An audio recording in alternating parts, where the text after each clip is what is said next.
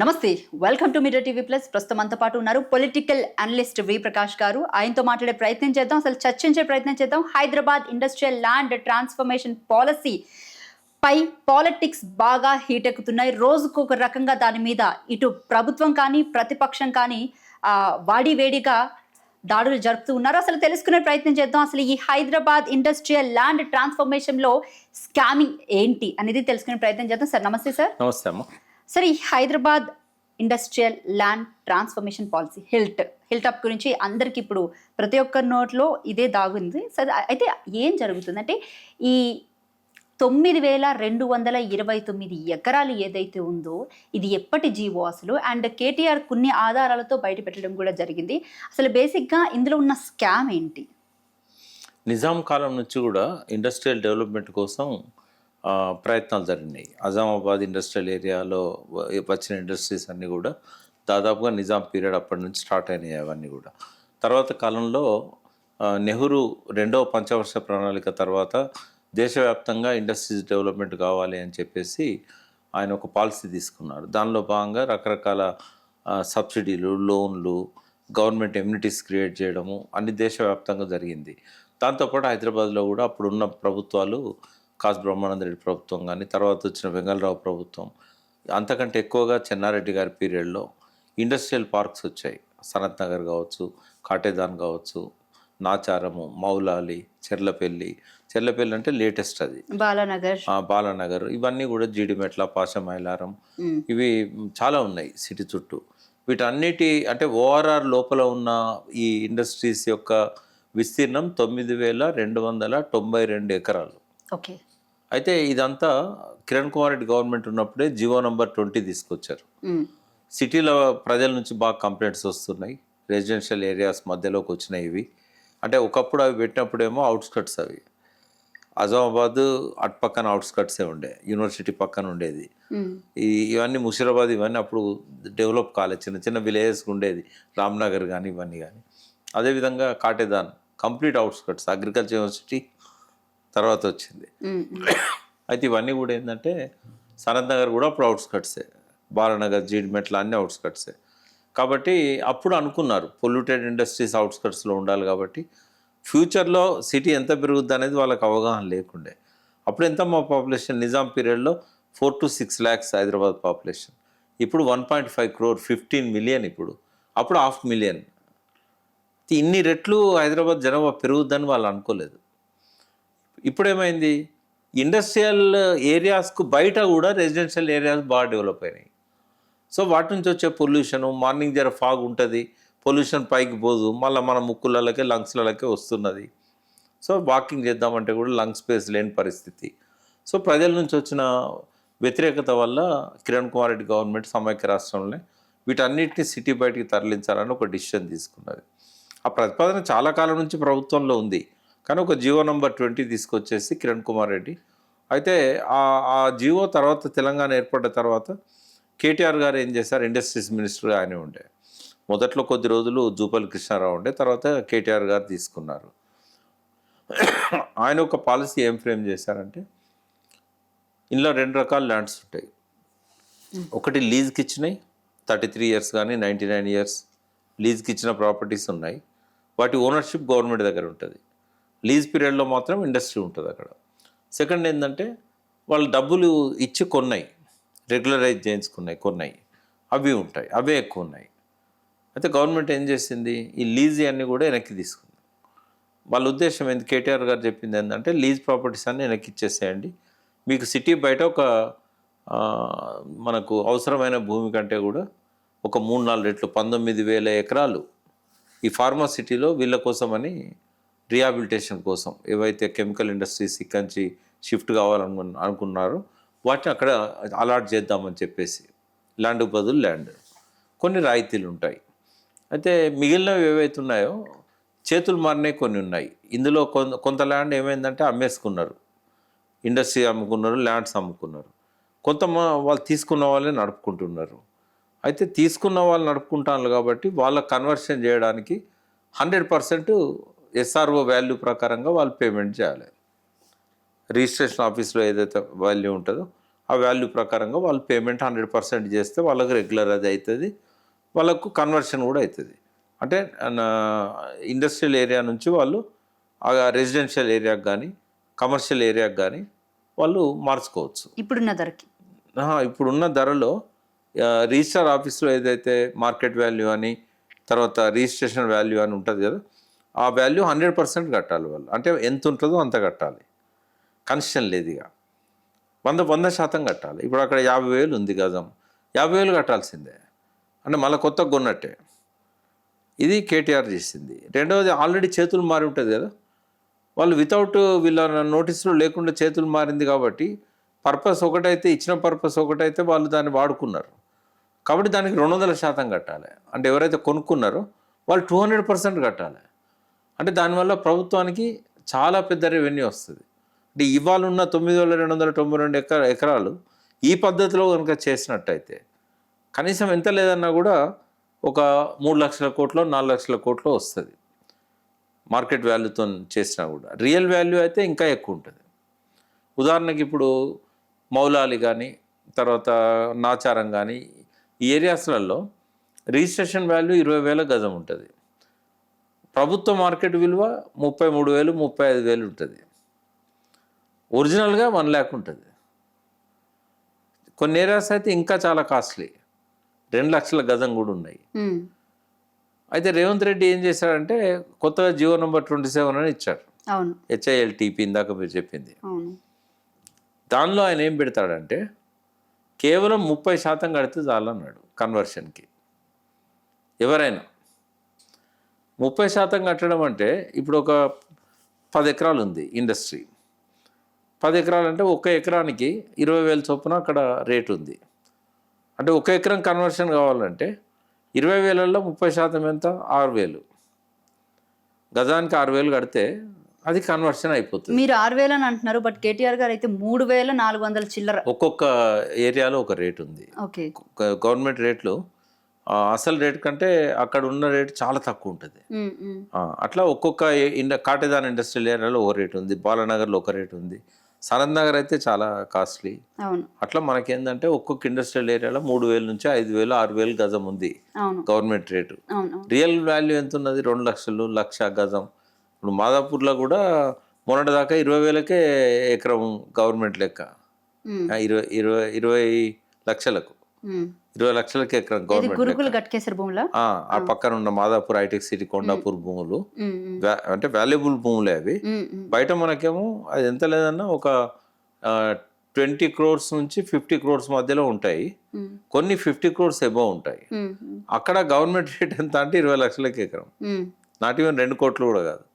అంటే ఇట్లాంటివన్నీ కూడా మనము ఇవన్నీ ఉన్నాయి లోపాలు. బట్ కేటీఆర్ అన్నది ఏంటంటే రేవంత్ రెడ్డి గారి పేర్లు కూడా చెప్పాడని, ఏవి రెడ్డి అని, కొండల్ రెడ్డి అని, ఈ పేర్లు ఉన్నాయి కదా. వీళ్ళు ఏంటంటే ముందే మాట్లాడుకుంటారు, మీకు మేము చాలా తక్కువలో రెగ్యులరైజ్ చేస్తాం 30% జియో ద్వారా, మాకు 70% ఇవ్వండి. ఎందుకంటే కన్వర్షన్ అనేది 200% అంటే కేటీఆర్ జియో తీసుకొచ్చాడు. అంటే దీనిలో పెద్ద మొత్తం చేతులు మారే అవకాశం ఉంది. అది ఎన్ని వేల కోట్లో మనం అంచనా వేయలేం, ఒక్కొక్క ల్యాండ్కు ఓ రేటు ఉంటుంది. కాబట్టి ఈ స్కామ్కు రేవంత్ రెడ్డి తెరదీశాడు.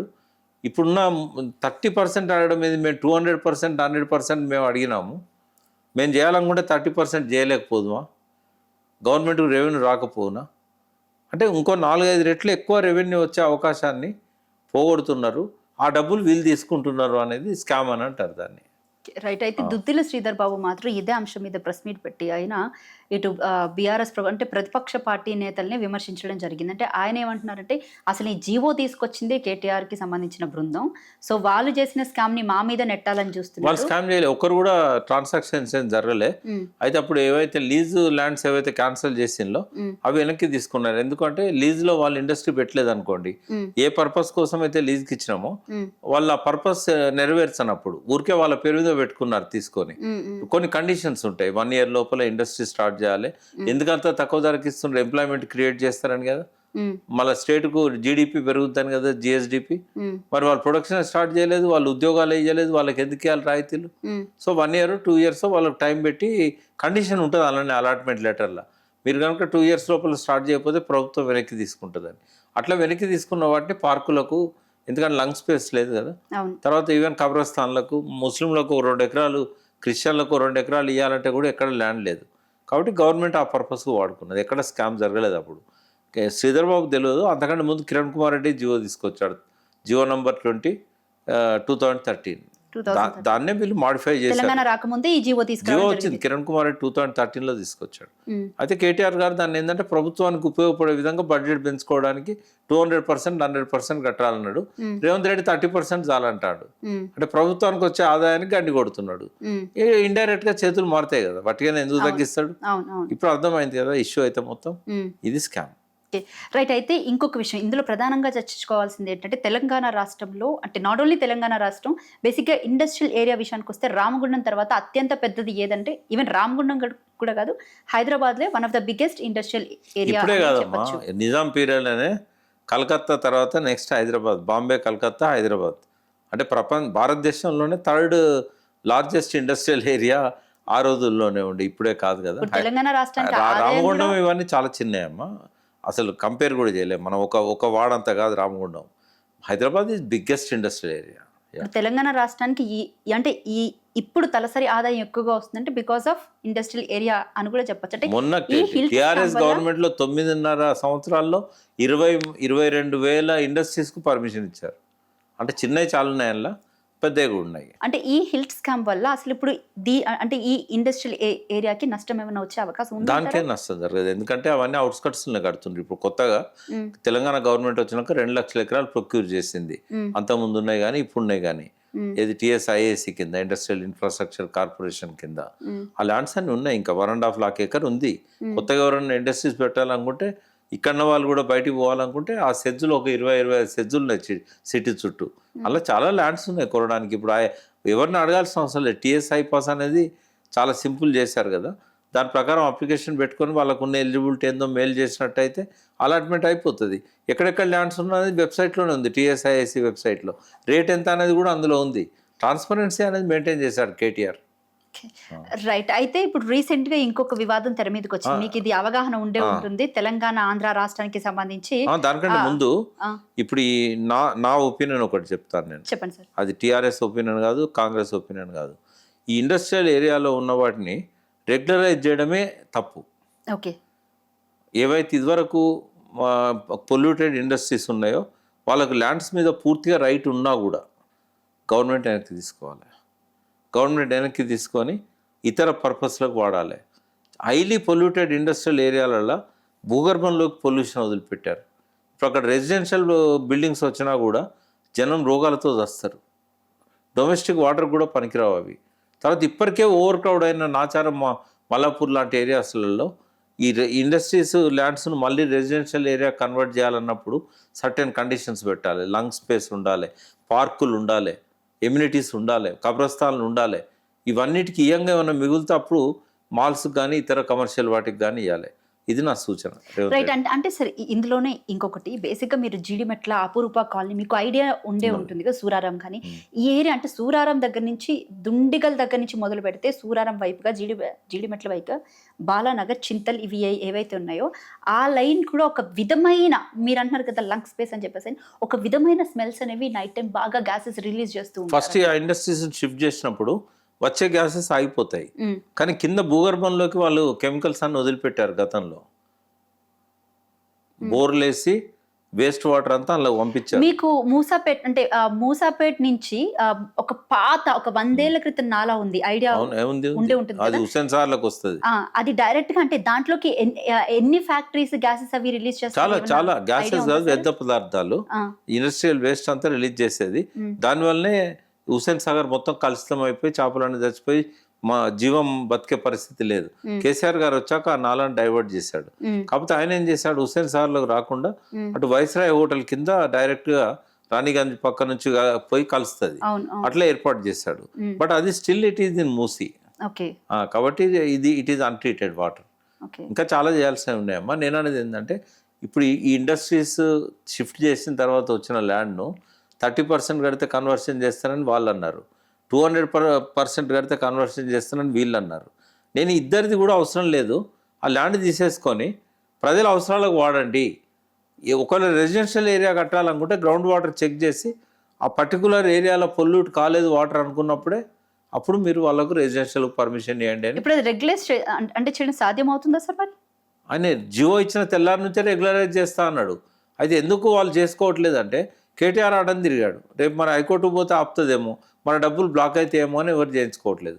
ఇవాళ కావాలంటే ఇవాళ కూడా సంతకం పెట్టడానికి ప్రభుత్వం సిద్ధంగా ఉంది. అంటే అంత తక్కువకి మీరు రెగ్యులేట్ చేస్తానంటే కూడా రేపు పొద్దున్న దాంట్లో ఎన్ని లిటిగేషన్స్ ఉన్నాయో బయటపడతాయి కదా సార్. లిటిగేషన్లు ఏమున్నాయి మళ్ళా దొడ్డిదారిన డబ్బులు తీసుకుంటారు, సంతకం పెడతారు. 30%కి ఇస్తున్నారంటే ఇంకో 30% 40% లంచాలు తింటారు కదా. డైరెక్ట్గా సీఎంకే వెళ్ళిపోతుంది. ఏ గ్యాంగ్ అయితే కేటీఆర్ చెప్పాడో వాళ్ళ త్రూ పోతాయి ఆ డబ్బులు. కాబట్టి ఈ స్కామ్ నాపాలంటే ఫస్ట్ దీన్ని ఈ జియోని క్యాన్సిల్ చేయాలి. పాత జియో ఏదైతే ఉన్నదో దాన్ని వెలుగులోకి తీసుకురావాలి. కేటీఆర్ ఇచ్చిన జియోనే బెస్ట్ జియో. ఎందుకంటే స్టేట్కు రెవెన్యూ పెరుగుతుంది, ఈ 3-4 లక్షల కోట్ల అప్పు తీరిపోతుంది దాంతో. అందులో కూడా విచక్షణ ఉండాలంటున్నాను నేను. ఇండస్ట్రీస్ ల్యాండ్లో పొల్యూషన్ ఉండే అవకాశాలు ఉంటాయి. అది చెక్ చేసిన తర్వాతనే నాన్ పొల్యూటెడ్ అయితేనే దాన్ని రెసిడెన్షియల్కి ఇవ్వాలని అంటున్నాను. ఓకే, రైట్ సార్, క్లియర్గా అర్థమైంది ఇప్పుడు నాకు. రైట్, అయితే ఇదే అంటే ఈ స్కామ్ గురించి ఏదైతే ఉందో ఇది తెర మీదకి రోజు రోజుకి పెద్దదవుతుంది కాబట్టి చాలా పెద్ద స్కామ్ అమ్మా. అప్పుడేదో బోఫోర్స్ 100 కోట్ల లోపే రాజీవ్ గాంధీ మీద బోఫోర్స్ కుంభకోణం అని పెట్టింది. ఇది 5 లక్షల కోట్ల స్కామ్ కదా. ఇది ప్రపంచంలోనే పెద్ద స్కామ్ అవుతుంది. అదే దీన్ని ఇప్పుడు డైవర్ట్ చేయడానికి తెర మీదకి మళ్ళీ ఆంధ్ర తెలంగాణ అనే వివాదాన్ని తీసుకొచ్చి పవన్ కళ్యాణ్ అన్న ఒక్క వర్డ్ ని, అంటే కోనసీమ మీద తెలంగాణ వాళ్ళ కళ్ళు పడ్డాయేమో, దిష్టి తగిలిందేమో అన్న మాటని దాన్ని ఇప్పుడు తెర మీదకి తీసుకొచ్చి అందరికంటే ఎక్కువ కాంగ్రెస్ మంత్రులే చేస్తున్నారు. అదే అంటే ఆయన నోరు జారిండు తప్పది. నాకు పవన్ కళ్యాణ్ అంటే చాలా గౌరవం, అభిమానం కూడా. ఆయన ఒక రెవల్యూషనరీ మైండ్ సెట్ ఉన్న వ్యక్తి. సరే ఆ మాట అనకూడదు, ఎట్లా నోరు జారిండు. ఎప్పుడు కూడా కోనసీమ అంటే నా వ్యాఖ్యల్ని వక్రీకరిస్తున్నారు అని చెప్పేసి ఆయన లెటర్ కూడా విడుదల చేయాలి. నేనేమంటున్నా అంటే ఫుల్ ఆయన స్పీచ్ వింటే మనం వక్రీకరించాలి లేదు తెలుస్తుంది. కానీ ఆయన మాట్లాడే మాటలలో స్పష్టంగా ఒక మాట ఏం కనబడ్డది అంటే దిష్టి తగిలిందేమో, అందుకే ఆకులు లేకుండా మొండ్యాలు కనబడుతున్నాయి కొబ్బరి చెట్లకు. తెలంగాణ వాళ్ళు బాగా అభిమానిస్తారు ఈ కోనసీమ అంటే, వాళ్ళ దృష్టి ఏమన్నా పడ్డదేమో అని పాజిటివ్గానే అన్నాడేమో ఆయన, మనకు తెలియదు. ఆయన పాజిటివ్గా అన్నా అనుకొని అనొచ్చు. దిష్టి అనేది సహజంగా ప్రజలలో ఉంటుంది, దాన్ని అంత పెద్ద ఇష్యూ చేయాల్సిన అవసరం లేదు.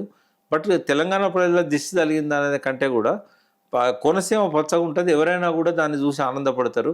వాళ్ళ దిష్టి తగిలిందేమో అంటే అయిపోయేది. తెలంగాణ పదం వాడడం వల్ల వివాదాస్పదమైంది, అది విత్డ్రా చేసుకోవాలి. ఆయన ఆ వక్రీకరించినా కూడా అలా ఆయన మాట అన్నాడు కాబట్టి పవన్ కళ్యాణ్ తెలంగాణ అనే పదాన్ని విత్డ్రా చేసుకోవాలి. దాన్ని క్రిటిసైజ్ చేస్తే సరిపోద్ది. బట్ ప్రతిదీ ఒక ఇష్యూ అవుతున్నది. ఇప్పుడు ఎస్పీ బాలసుబ్రహ్మణ్యం విగ్రహం కూడా రవీంద్ర భారతిలో పెట్టడం అనేది, దాన్ని నేను కూడా ఒప్పుకోనమ్మా. ఎందుకు ఒప్పుకోనంటే చాలా మంది తెలియదు వ్యతిరేకించే వాళ్ళకు. జాతీయ గీతం ఉందా, తెలంగాణ జాతీయ గీతం అందశ్రీ గారు రాసింది. ఆ లాస్ట్లో స్వరాష్ట్రమై తెలంగాణ సుభిక్షంగా ఉండాలి అనే లైన్ను తీసేస్తేనే నేను పాడుతా అన్నాడు బాలసుబ్రహ్మణ్యం. ఈ పాట ఆయనతో పాడించాలని రస్మయ్య బాలకృష్ణ పోయిండు ఆయన దగ్గరికి, అందశ్రీ రాసిన పాటను. కేసీఆర్ గారు దానిలో కొన్ని సవరణలు చేశారు. ఆయనకు పాట బాగా నచ్చింది, పాట బాగుంది, కానీ ఈ లాస్ట్ లైన్ తీసేస్తే నేను పాడతా అన్నాడు. ఒక గాయకుడిని అంటే ఆ రాష్ట్రానికి అంటగట్టడం కరెక్ట్ కాదు కదా సార్. నేను అనేది అట్లా కాదమ్మా. మరి గాయకుడు ఎందుకు పాడలేదు? తెలంగాణ ప్రజలు 3 కోట్ల మంది తెలంగాణ కావాలనుకున్నప్పుడు స్వరాష్ట్రమై తెలంగాణ సుభిక్షంగా ఉండాలంటే స్వరాష్ట్రం అనే పదమే తన గొంతులో రావద్దనుకున్న వ్యక్తి కదా ఆయనే. రాజకీయంగా ఉన్నదా లేదా ఆయన లోపల? మరి పాట పాడేవాడు ఏ థర్డ్ క్లాస్ అయినా పాడుతున్నాడు కదా, క్లబ్ సాంగ్స్ కూడా పాడిండు కదా బాలసుబ్రహ్మణ్యం. ఇక్కడ ఎందుకు అడ్డం వచ్చింది ఆయనకు? మరి ఆయనకు రాజకీయం ఉన్నప్పుడు మాకు రాజకీయం ఉంటుంది కదా. చనిపోయిన వ్యక్తి మీకు చెప్పాను, చనిపోయిండా బతుకునుడా పక్క పెట్టమ్మా. గొప్ప గాయకుడు ఆయన, ఘంటసాల తర్వాత అందరం అభిమానించే గాయకుడు ఆయనే. అది వేరు. పాట పాడమంటే తెలంగాణను వ్యతిరేకించడం ఉంది, రవీంద్ర భారతిలో ఎందుకు పెట్టమంటాం? ఎక్కడన్నా పెట్టుకో, నువ్వు నీ ఫిలిం క్లబ్ ఉంది, ఫిలిం క్లబ్లో పెట్టుకో, ఎఫ్డీసీలో పెట్టుకో, గవర్నమెంట్ది. ఇంకెక్కడ త్యాగరాయ గాన సభలో పెట్టు.